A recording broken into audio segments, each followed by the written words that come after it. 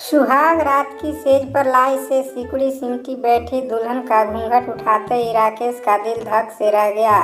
अरे ये तो वही है, संजय की प्रेमिका। ये कैसी गलती हो गई। उसकी दीदी ने प्रिया की सूरत और सीरत की इतनी प्रशंसा की थी कि उसने कह दिया, अगर आपको पसंद है तो मुझे उसे देखने की ज़रूरत नहीं है। शादी भी महीने भर के भीतर हो गई सो टेलीफोन पर बात करने का भी सिलसिला नहीं चल पाया। वैसे भी लड़कियों के मामले में राकेश बहुत शर्मीला था। प्रिया उसके बचपन के दोस्त संजय के साथ मेरठ से MBA कर रही थी, वहीं उसकी दोस्ती हुई थी। लेकिन प्रिया ठाकुर और संजय बनिया, इस कारण प्रिया के घर वालों को उनके प्यार की भनक लगते ही उसकी शादी की बात शुरू कर दी और प्रिया का कॉलेज छुड़वाकर उसे वापस देहरादून बुला लिया। संजय और राकेश बचपन से ही एक साथ पढ़े। 12वीं के बाद राकेश इंजीनियरिंग करने खड़गपुर चला गया और संजय ने बरेली में ही BSc ज्वाइन कर लिया। लेकिन संजोग से जब दोनों मित्रों की नौकरी नोएडा में लगी तो दोनों फिर एक दूसरे के करीब आ गए। तभी एक दिन संजय ने प्रिया का जिक्र किया था, उसकी फ़ोटो भी दिखाई थी और ये भी बताया था कि प्रिया के घर वाले इस संबंध के पूरी तरह खिलाफ हैं और प्रिया ने भी मजबूरन उससे मिलना जुलना बंद कर दिया है। फिर एक दिन दूर से ही उसने राकेश को प्रिया को दिखाया, जो किसी कार्यवश अपने पापा के साथ नोएडा आई थी। फिर अचानक एक दिन संजय ने सूचना दी कि उसने बेंगलोर की कंपनी ज्वाइन कर ली है ताकि दूर जाकर नए माहौल में वो प्रिया को भूल सके। इधर उसकी दीदी को फैजाबाद में अपनी सहेली की मौसेरी बहन बहुत पसंद आ गई, जो छुट्टियों में अपनी बहन के यहाँ आई थी और आनन फानन में उसका भी चट मंगनी पट ब्याह हो गया। संजय ने छुट्टी न मिलने की असमर्थता जताई थी। अपने खूबसूरत जीवन साथी की रंगीन कल्पना में संजय का प्यार, प्रिया का नाम राकेश के जहन से ही निकल गया था। फिर वैसे भी प्रिया का घर का नाम गुड्डी था, अतः दीदी भी यही नाम लेती थी। लेकिन आज अचानक वो नाम इस मोड़ पर आकर यूँ याद आएगा, ये तो उसने कल्पना भी नहीं की थी। आप प्रिया, मेरा मतलब है। कुछ बोलने से पहले ही वो हकला गया। प्रिया ने उसी समय अपनी कपाती पलकें ऊपर उठाई तो उसे लगा जैसे कायनात एक पल को ठहर गई हो। प्रिया वाकई बहुत खूबसूरत थी, लेकिन इससे पहले कि उसकी आंखें उन झील सी आंखों में डूबती, वह संभल गया। मेरा मतलब है, ये शादी आपकी मर्जी से हुई है जी। एक पल नाजुक होंठ थरथराए, पर शीघ्र ही संयत हो गए। हाँ, पर आप ऐसा क्यों पूछ रहे हैं? आप संजय गुप्ता को जानती हैं? इस बार उसने सीधा प्रश्न किया तो प्रिया के चेहरे पर एक साथ कितने ही रंग आकर लौट गए। हाँ, जानती हूँ। उसका स्वर धीमा किंतु संयत था। आपने उससे शादी क्यों नहीं की? क्योंकि वो आपकी जाति का नहीं था और आपके घर वाले इस संबंध के खिलाफ थे, इस कारण मजबूरी। राकेश का स्वर जरा ऊंचा हुआ तो प्रिया की घबराई दृष्टि दरवाजे की ओर उठ गई, कहीं कोई बाहर खड़ा न हो। और राकेश को भी अपनी गलती का भान हो गया। जी, आपने ठीक समझा, पर मजबूरी में नहीं। प्रिया की बात पूरी होने से पहले ही राकेश का धैर्य जवाब दे गया।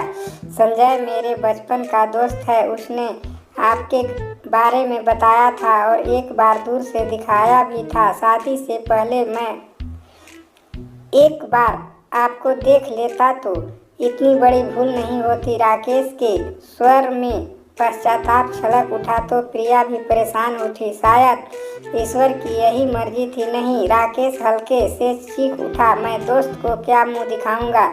मैं संजय के साथ दगाबाजी नहीं कर सकता, पर अब हम कर क्या सकते हैं? प्रिया धीरे से बोली तो अचानक राकेश ने उसकी आंखों में झांका। सच बताना, आप संजय को अभी भी प्यार करती हैं? उससे शादी करना चाहती हैं? सुनकर जैसे अंधे मुंह गिरी प्रिया। ये क्या कह रहे हैं आप? मेरे माता पिता ने मेरी शादी आपसे की है। ये सब सोचना और बोलना भी पाप है। देखो प्रिया, ये पुराना जमाना नहीं है कि लड़की को जिस खुट्टे में बांध दिया जिंदगी भर वो उसी से बंधी रहे, चाहे उसे पसंद हो या ना हो। अब समय बदल गया है, तुम पढ़ी लिखी हो, मैं तुम्हें तलाक देकर संजय से तुम्हारी शादी करवा दूंगा।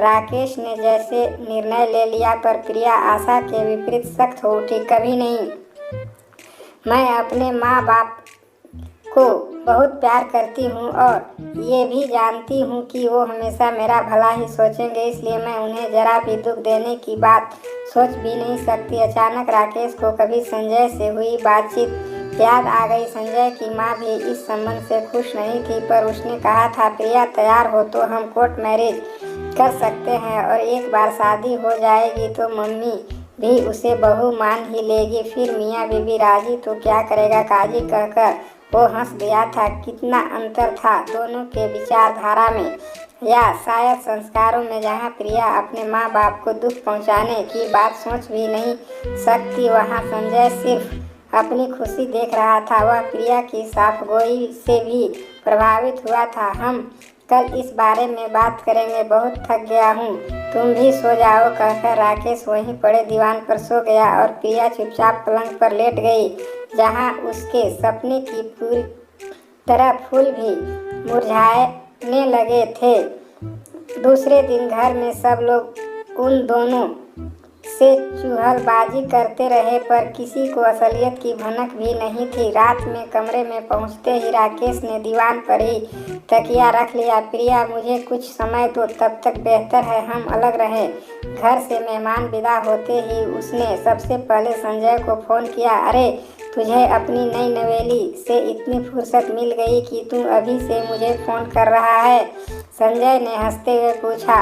हाँ, और ये तो बता भाभी कैसी है? तेरे सपनों की चौखट में तो फिट बैठी ना। डेटिंग के इस युग में तूने बिना देखे शादी कर ली, वह बहुत खूबसूरत है, मेरी कल्पना से भी परे। राकेश की आवाज़ में संजीदगी थी, जिसे महसूस कर संजय बेचैन हो उठा। तो फिर क्या हुआ? क्या उसका कहीं इश्क विश्क जानते हो? संजय, जब मैंने उसका घूंघट हटाया तो वो चेहरा कौन था? पहेली मत बुझा, साफ बता। विजय थोड़ा उकता सा गया। प्रिया का राकेश का स्वर बर्फ सा ठंडा था, पर संजय का पांव जैसे अंगारे पर पड़ गया। ये क्या मजाक है? मजाक नहीं, यही सच्चाई है। मैं तुमसे यही पूछने के लिए फ़ोन किया है कि आगे मैं क्या करूं। मैंने उसकी उंगली तक नहीं छुई है, मतलब उसे मैंने तेरी अमानत समझ के रखा है। राकेश इतना ही कह पाया। संजय इस पर अप्रत्याशित की तो उसने भी कल्पना नहीं की थी। संजय, तू कहे तो मैं उसे तलाक देकर उसकी शादी तुझसे करवा देता हूँ, पर उसके घर वाले? संजय असमंजस में था। उन्हें मैं मना लूँगा, बस तेरी हाँ चाहिए। मैं तो पहले ही मंदिर में भी शादी को तैयार था, पर तू पहले प्रिया से पूछ ले। ठीक है, कहकर राकेश ने फ़ोन काट दिया। रात में बिना किसी लाग लपेट के उसने प्रिया से सीधा प्रश्न किया, तुम संजय से शादी करोगी? नहीं, आशा के विपरीत उसने भी सीधा उत्तर दिया। तो राकेश ने उसके दोनों कंधे पकड़कर उसकी आंखों में झांकते हुए उससे सच उगलवाना चाहा। क्या तुम उसे प्यार नहीं करती? देखिए, हम अच्छे दोस्त थे, एक दूसरे को पसंद भी करते थे, पर ये दोस्ती प्यार में परवान चढ़ती इससे पहले ही मुझे घर वालों ने कॉलेज से वापस बुला लिया और मेरी शादी आपसे तय हो गई। प्रिया की बात में सच्चाई झलक रही थी, पर तुम क्या चाहती थी? राकेश अभी भी दुविधा में था। मेरे माँ बाप का आदेश मेरे लिए सर्वोपरि है। मैं उनकी बेटी हूँ, और अगर मैं उनको धोखा दे सकती हूँ तो फिर मैं किसी को भी धोखा दे सकती हूँ।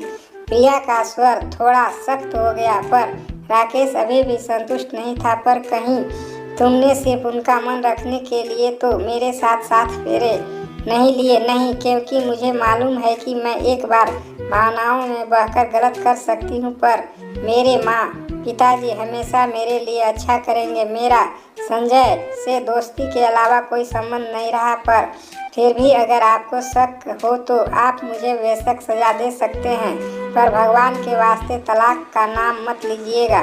प्रिया की आंखों में आंसू भर आए तो राकेश का मन पसीज गया। नहीं, ऐसी कोई बात नहीं है, तुम आराम से सो जाओ। रात भर की उहापोह में रहा पर सुबह उठते ही उसने निर्णय ले लिया था।